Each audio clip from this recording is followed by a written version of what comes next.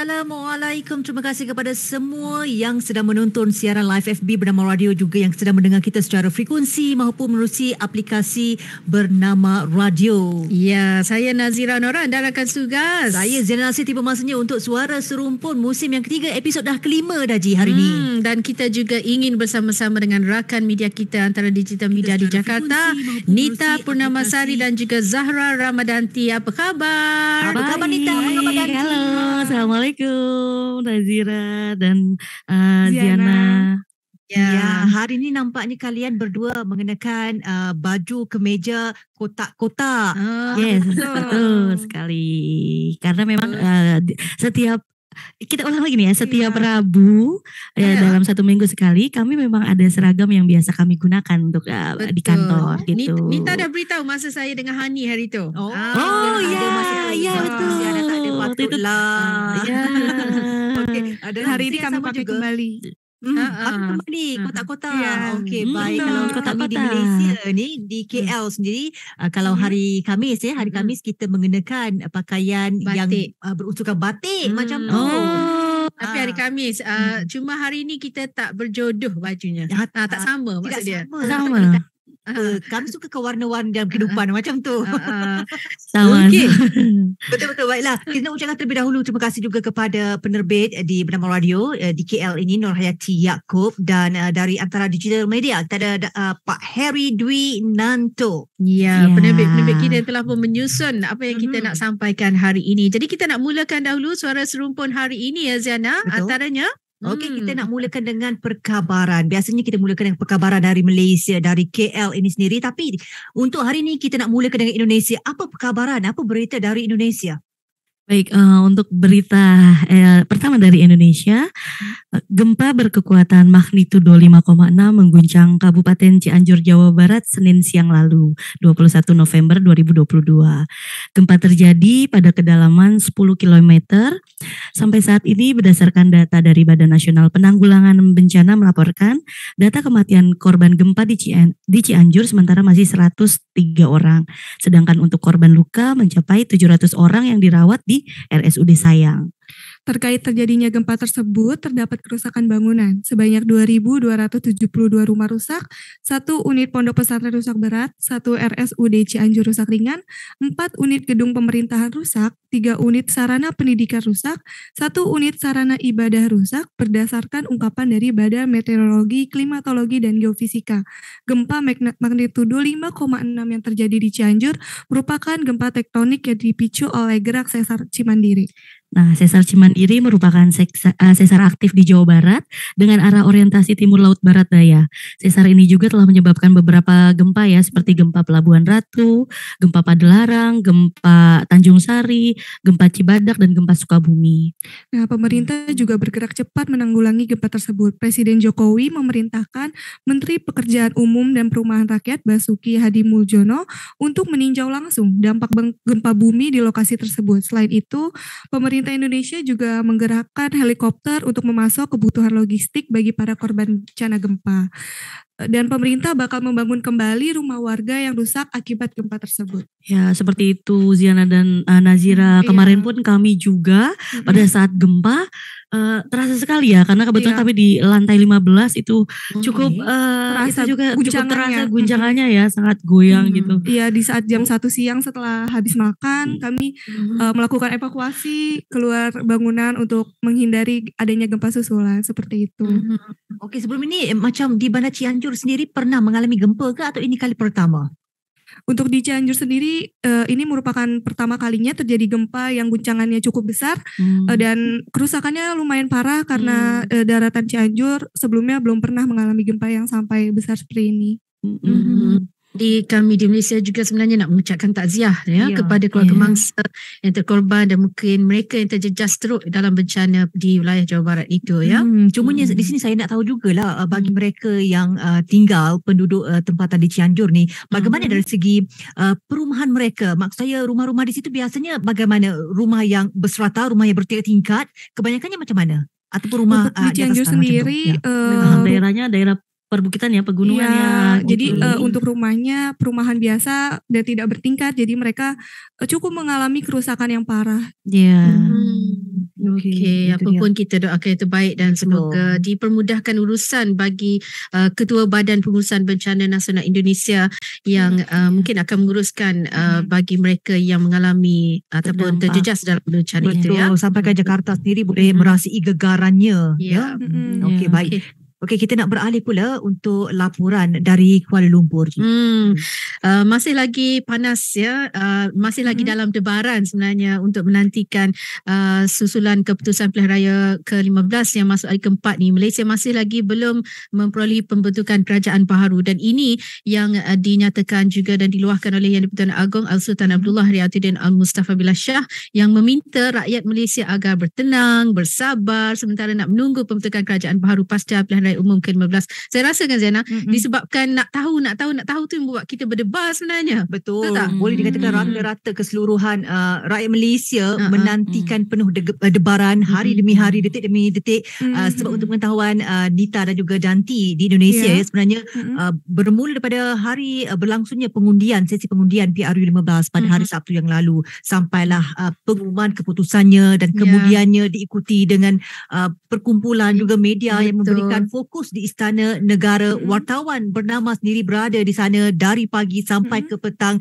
Masih lagi tidak mendapat satu kata putus. Parti mana atau gabungan parti mana yang akan mewakili negara kita ataupun untuk membentuk kerajaan baru Malaysia, dan kami juga menantikan pelantikan Perdana Menteri Malaysia yang ke-10 belum lagi dapat dimuktamadkan setakat ini. Ya, dan setakat ini ya, Seri Paduka bertitah pembentukan kerajaan persekutuan yang baru memerlukan sedikit masa lagi, iaitu untuk melanjutkan proses bagi ketua-ketua parti politik ataupun gabungan parti politik mengemukakan dahulu gabungan parti politik untuk membentuk kerajaan baru dan juga calon Perdana Menteri. Jadi itulah situasi kita alami sekarang ni.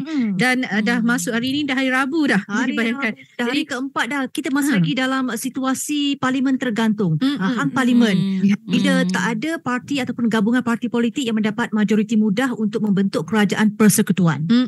Dan dalam perkembangan terkini ya, Yang di-Pertuan Agong Sultan Abdullah Riyatuddin Al-Mustafa Billah Shah pada hari Selasa semalam menitahkan 30 ahli Parlimen Barisan Nasional untuk menghadap Seri Paduka di Istana Negara secara individu bermula pukul 10.30 pagi tadi, dan pagi ini dilanjutkan daripada sesi menghadap baginda oleh Ketua Gabungan Pakatan Harapan dan juga Pakatan Nasional sebab semalam sudah pun bertemu.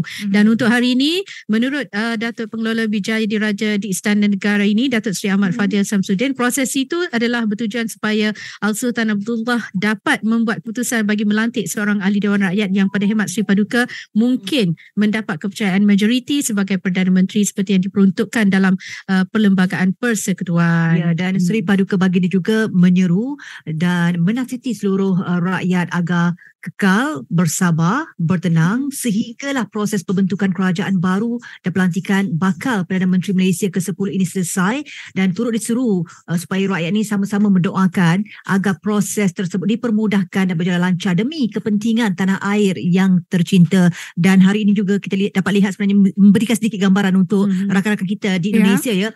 Polis di Kuala Lumpur laksanakan 6 sukatan jalan raya di seluruh kawasan berhampiran Istana Negara, terutama di kawasan Pintu 2. Dikhabarkan seramai 632 pegawai dan anggota membabitkan penugasan dari polis kontijen KL, dan ibu pejabat polis daerah IPD turut ditempatkan untuk mengawasi kawasan sekitar Istana Negara. Ya, dan kita doakan yang terbaik lah ya. Lagipun apa yang membuatkan kita bukan tak boleh bersabar, tak boleh bertenang, bukan. Kita tak tahu berdebar ni nak buang macam mana. Menjadi tanda tanya kami di sini. Okey, itu antara perkembangan dari Malaysia. Kami pun mendoakan ya, semoga juga prosesnya dimudahkan ya dan dilancarkan agar cepat dapat hasilnya gitu ya. Ya, amin. Warga Malaysia tetap tenang dan sabar sembari menunggu terbentuknya pemerintahan baru ya. Okey, untuk sementara waktu jangan buat sebarang spekulasi. Terutamanya warganet kan, kita nak keruhkan lagi keadaan isu-isu yang sensitif berkaitan dengan perkauman agama raja, itu perlu dielakkan. Okey, sama-sama kita nantikan saja apa yang akan diputuskan oleh Al-Sultan Abdullah berkaitan dengan pembentukan kerajaan baru dan pelantikan Perdana Menteri Malaysia yang ke-10 nanti. Betul. Jangan beremosi dan jangan sesuka hati ya warga ni. kadang-kadang kita sendiri pun macam terkejut beraninya mereka, tapi sebenarnya kita juga dikawal dengan Akta Komunikasi. Kena ingat tu. Okey. Okey, baik. Kita dan nanti apa lagi perkabaran kalau dari Indonesia, Jakarta khususnya? Ya, untuk yang berita selanjutnya datangnya dari sektor pariwisata. Jadi pengunjung padati Taman Mini Indonesia Indah setelah 6 bulan revitalisasi. Jadi hari pertama Taman Mini Indonesia dibuka lagi, masyarakat bisa merasakan wajah baru Taman Mini Indonesia Indah. Nah, terlihat lebih indah, lebih rapi. Nah, di hari pertama dibuka itu sudah terjual 5.000 tiket untuk masuk ke Taman Mini ya dari hari pertama pembukaan Ziara dan untuk Taman Mini Indonesia Indah ini ya disingkat sebagai TMII, merupakan kawasan taman wisata bertema budaya Indonesia nih Ziana. Menurut sejarahnya pada 13 Maret 1970 gagasan pembangunan Taman Mini Indonesia ini dicetuskan oleh ibu negara kita, Ibu Tien Soeharto. Hal itu dengan tujuan agar membangkitkan rasa bangga dan rasa cinta tanah air pada seluruh bangsa Indonesia. Makanya dibuat miniatur versi kecilnya Indonesia dalam sebuah taman seperti itu. Nah, bentuk dan sifat isian dari Taman Mini sendiri adalah berupa bangunan utama bercorak rumah-rumah adat yang dilengkapi dengan pagelaran kesenian, kekayaan flora fauna, benda budaya dan dari masing-masing daerah yang ada di Indonesia. Nah, untuk melihat karya dan keindahan tersebut, pengunjung Taman Mini Indonesia Indah wajib melakukan pembelian tiket secara online melalui laman resmi yang telah disediakan. Mereka yang belum mendapatkan tiket online pun akhirnya diarahkan oleh petugas di lokasi untuk putar balik nih karena kehabisan kuota. Ya, nah jika dahulu wisatawan bisa berkeliling menggunakan kendaraan pribadi, namun untuk saat ini yang dalam tahap uji coba dengan wajah baru TMII, mereka tidak dipergunakan menggunakan kendaraan pribadi untuk keliling area tersebut karena disarankan pengunjung hanya bisa berjalan kaki, bersepeda atau naik bus listrik. Nah, beberapa wahana yang sudah dibuka dalam tahap uji coba ini diantaranya Taman Burung, Museum Fauna Indonesia Komodo dan Taman Reptilia, serta ada dunia air tawar dan dunia serangga, Museum Asmat serta Taman Melati. Nah, kalau salah satu wahana yang diperbarui itu kereta gantung nih, Nazira dan Ziana gitu. Dia menggunakan kereta gantung nih. Boleh naik ke tengok saja tergantung? Boleh. Sudah pernah naik kan Nazira dan Ziana kereta gantung? Belum pernah, saya belum pernah mencoba. Ayo ke sini main ke Taman Mini. Ya, naik kereta gantung bisa melihat miniatur pulau Indonesia di sebuah danau serta dengan pencahayaan yang bagus karena habis direvitalisasi. Kereta gantung ni macam kereta kabel lah. Cuma saya tadi imagine kereta yang tergantung. Tidak. Kereta kabel. Kalau di Indonesia belum pernah lagi. Di Malaysia ada. Di Malaysia ada. Cuma perkataan itu tadi membuatkan saya terkeliru seketika. Saya membayangkan ada kereta yang tergantung di atas tu. Rupa-rupanya kereta kabel. Dipanggil kereta Betul ya Nita macam tu? Ya, Ziana dan Nazira. Dengan wajah baru Taman Mini ini di mana 70% merupakan taman terbuka kehijauan, jadi sisanya hanya bangunan. Jadi ini mendukung menuju bebas emisi di tahun 2060. Ini merupakan langkah yang baik bagi Indonesia untuk mengurangi emisi karbon. Seperti itu. Lepas pergilah kat situ ya. Ayo ke sini ke Taman Mini Indonesia. Bawa Ziana jangan lupa. Boleh, saya nak bawa dia pergi Tanah Abang. Lepas tu baru Tanah Abang. Diantarkan nanti sama belanja kita. Kalau di Tanah Abang belanja baju-baju ya. Iya, boleh. Nak ajak Nita dan juga Danti ya. Okey, itu yang menariknya dari Indonesia. Kita nak kembali dengan laporan dari Kuala Lumpur. Okey, walau dalam keadaan kebuntuan politik ya pasca PRU15, ada beberapa perkara lagi yang perlu diberikan perhatian, khususnya sekarang ini kita masih lagi berhadapan dengan monsun timur laut yang dijangkakan akan berlakunya banjir ya. Hujan lebat sekarang pun memang senantiasa hari-hari ada saja negeri-negeri yang mengalami hujan lebat, ribut petir dan sebagainya. Betul. Dan menurut Ketua Pegawai Rangkaian Pembagian TNB Wan Nazmi Wan Mahmud ya, kesemua empangan hidroelektriknya berada dalam keadaan baik untuk terus berfungsi sebagai tempatan banjir, antaranya dengan mengurangkan paras air empangan secara berperingkat mulai Julai lepas lagi. Dan TNB juga sebenarnya telah memasang tembok penahan sistem perparisan keselaritan di pencawang masa utama dan juga meninggikan aras platform peralatannya dan set-set janakuasa bergerak dan mudah alih serta perkakas kritikal seperti bot, telefon satelit dan juga lampu limpah telah ditempatkan di lokasi-lokasi strategik. Ya, bukan itu saja, ada beberapa langkah lain juga yang telah pun diambil untuk antaranya macam mengubah lokasi dan meningkatkan ketinggian menara penghantaran untuk memastikan tiada risiko menara tumbang. Sementara itu, bilik gerakan TNB di negeri yang terbabit banjir akan diaktifkan untuk memantau keadaan dan menyalurkan segala maklumat terkini berkaitan dengan bekalan elektrik sebaik sahaja keadaan berjaga-jaga diperlukan. Jika ada pencawang elektrik yang ditenggelami air dan operasinya terpaksa dihentikan, penyambungan semula hanya akan dibuat TNB selepas keadaan selamat. Ya, sebab kita tak nak berlakunya renjatan elektrik dan kadang-kadang boleh menyebabkan risiko maut kalau terpijak ke ataupun terkena air dan sebagainya. Okey, bagaimana dengan keadaan cuaca kalau di sana? Ya, di Indonesia sendiri juga masih musim penghujan ya. Ya, karena kita serumpun, jadi sama-sama mengalami musim penghujan. Nah, untuk di Indonesia sendiri, pemerintah menambah jumlah tampungan air sebagai bendungan, memperbaiki dan mengembalikan fungsi sungai dan membangun sarana prasarana pengendali banjir seperti itu. Ya, gitu. Jadi Badan BNPB sendiri juga menghimbau masyarakat mulai melakukan persiapan dini menghadapi peralihan musim penghujan ini ya. Jadi upaya-upaya pencegahan seperti memangkas daun, terus pohon-pohon yang besar, terus tidak membuang sampah sembarangan, menjaga kebersihan lingkungan, ya upaya-upaya seperti itu yang dilakukan. Iya, betul. Okey. Kita sama-sama mendoakan supaya kita dapat mengatasi masalah banjir. Lagi-lagi banjir kilat ya, mungkin membuatkan ada kawasan digenangi air dan juga menjejaskan perniagaan dan juga orang awam lah. Okey, itu sedikitlah berkaitan dengan perkembangan banjir, cuaca, persiapan dan sebagainya. Di Indonesia, Nita dan T, ada apa-apa nak dikongsikan dari segi perkabarannya, dari segi beritanya? Ada lagi tak? Sudah. Tapi kita belum sudah lagi. Suara serupa belum sudah lagi. Masih ada satu belum sudah lagi. So kita ada sama tapi tidak serupa. Kita berehat seketika, kita kembali selepas ini.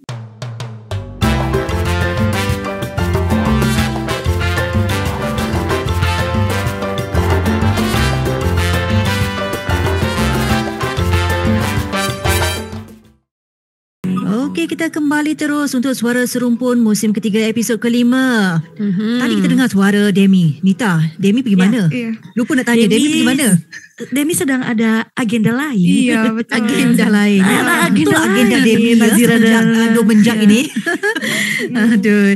Okey, kita nak terus ke segmen sama tapi tidak serupa. Nak bercakap tentang kuih yang paling popular lah. Kita mula dahulu di Malaysia. Tapi sebelum itu saya nak tanya Ziana. Ziana makan tak kuih apam balik? Oh, mestilah makan. Makan sedap. Kalau letak jagung lebih sikit, kacang lebih sikit. Semua lebih lah baru sedap. Semua lebih. Saya suka yang lebih-lebih saja. Okey, baik. Kita kongsikan dahulu ya, Anita dan juga Danti. Apam balik ni ya adalah kuih yang paling popular di kalangan rakyat Malaysia. Kalau kita pergi ke pasar malam ke, pergi kat pasar pagi ke ataupun mana-mana tempat, mesti jumpa kuih apam balik ni. Dan apam balik merupakan jenis kuih yang berkulit tebal, dibakar dengan lapisan ada mentega, menggunakan kuali yang khas yang mungkin mendata macam tu. Kemudian ditaburi macam Ziana cakap tadi, ada kacang, ada jagung di atas dan dilipat dua. Sedapnya. Kalau lebih tu memang ekstra lah untuk Ziana kan, jagungnya Bayar lebih sikit. bayar lebih sikit. Dan apam balik ni ada dalam lapisan, ada juga yang jenis nipis, ada yang tebal, ada yang nipis, ada yang suka makan rangup, jadi dia minta yang nipis, memberikan rasa rangup dan inti yang sama. Ia dikenali sebagai apam balik nipis kan. Ia merupakan jenis kuih tradisi. Bukan saja di Malaysia bukan saja di Malaysia tapi di Indonesia pun ada, Singapura dan juga Brunei. Ya, okey, kalau kita imbas sedikitlah sejarah ringkas kuih apam balik ni kan, pada awal tahun 70-an hingga 80-an biasanya orang ramai boleh membeli apam balik bila penjualnya mengayuh basikal dari rumah ke rumah ya, dan memasak di hadapan pembeli. Maknanya bila kita nak tu baru dia masak macam tu. Tapi hari ni itu dah diperpanaskan. Hari ni apam balik ni dijual macam kata Nazira tadilah, boleh dapat dekat pasar malam ke, kan ada yang memang pacak gerai ke ataupun guna basikal yang roda 3 tepi jalan. Dan peniaga kuih ni boleh menyediakan kuih ini dalam jumlah yang agak banyak dengan 8 hingga 12 acuan serentak. Jadi kalau dulu kita hanya menikmati apam balik tradisional seperti perisa, satu perisa je, tapi sekarang ni ada inovasi lah. Ada juga peniaga yang mungkin dia letak ada coklat, ada vanilla, strawberry, ada Nestum, Oreo, cheese dan macam-macam lagi lah. Dan itu antara kombinasi yang menarik yang boleh dijumpai di mana-mana gerai yang jual apam balik tu. Dan yang paling pelik saya pernah makan dengan Ziana, dia letak bukan sahaja coklat tau, dia letak macam apa kita panggil yogurt tu. Dia macam-macam inovasi yang dilakukan ke atas apam balik. Okey, Malaysia kita panggil apam balik, Indonesia panggil apa dan apa yang membezakannya? Okey, kalau Indonesia martabak manis. Nah, tapi ada di suatu daerah ya di Lombok kalau nggak salah sama namanya martabak, tapi mereka menyebutnya terang bulan. Oh iya, terang bulan. Kalau saya pergi Lombok nanti saya kena cakap saya nak terang bulan. Nanti sambil nyanyi. Ya, terang bulan. Ya. Okay. Nah, saya nak ingat ni, saya nak ingat sebab saya belum pergi lagi Lombok ni. Nak pergi beli kuih terang bulan. Ya, terang bulan. Nah, kalau tadi yang Ziana sampaikan dari pakai sepeda ya, terus baru dimasak. Betul. Ya, kalau di Jakarta sendiri ada nih, tapi dia sebenarnya sama sih martabak, tapi kalau martabak kan merupakan kayak adonan tepung terus agak tebal ya. Terus manis dipanggang. Nah, ada lagi nih kalau itu namanya leker. Dia lebih tipis kayak crepes. Lebih tipis ya. Itu isiannya hampir seperti martabak, tapi dia lebih ke tipis crunchy rasanya kan. Kalau martabak manis lebih lembut, tebal. Kalau leker itu yang dari rumah ke rumah naik sepeda, dimasak di tempat itu namanya leker. Isiannya sama, ada coklat, keju, ditambah susu gitu. Ada jadi lapar ya. Iya. Lapar kalau di Indonesia sendiri nih. Iya. Soalnya martabak manis kan disajikan saat masih hangat ya. Biasanya makanan ini dimakan lagi santai sama keluarga dan orang tersayang. Untuk toppingnya juga hampir sama ya dengan Malaysia. Ada coklat, mesis, keju, kacang, krim, jagung pun juga enak. Nah, sekarang banyak menu-menu baru, ya, topping ada baru, biskuit, ya cream cheese itu ya, biskuit cream cheese itu jadi Oreo juga, jadi toppingnya untuk martabak itu. Nah, kalau di Malaysia ada nggak ada topping kayak biskuit gitu dijadikan topping gitu? Ada pelbagai sekarang, ada pelbagai. Kalau Nita dan Danti datang Malaysia, jangan sebut martabak. Nanti dapat balik. Nanti ada martabak yang ada isi daging dengan ayam. Sama. Kalau di Indonesia martabak telur namanya, yang isi daging. Macam tu. Maknanya kalau nak martabak manis sebut apam balik, okey. Kalau yang daging dengan ayam tu adalah martabak. Okey. Jadi apam balik ya. Apam balik tadi. Martabak satu datangnya daging ya. Yang intinya daging. Kentang. Ya, semoga ada kesempatan ya ke Malaysia nyobain apam balik. Ya, jangan lupa datang sini, nanti kita bawa jalan-jalan cari makan macam tu. Kalau di Jakarta Tanah Abang, kalau di Malaysia apa nih Nazila dan Ziana? Iya. Pusat di sini makanan, perbelanjaan. Di mana kalau di sini Malaysia? Banyak sangat tempat ni. Antaranya kalau nak berbelanja di negeri saya lah di negeri Kelantan kita boleh pergi dekat Pasar Siti Khadijah, ataupun kita pergi Rantau Panjang, Pengkalan Kubur sebab di situ tempat shoppingnya best-best lah ya. Okey. Kita siap nih agendakan tanggalnya ya nanti ya. Masuk terus dalam agenda. Okay. Terima kasih, sampai di sini saja untuk pertemuan kita edisi kali ini, Suara Serumpun episod ketiga musim ketiga. InsyaAllah ada masa ada ruang kita jumpa lagi pada hari dan waktu yang sama ya, Nita dan Danti. Ya, baik. Okay, Assalamualaikum. Dadah.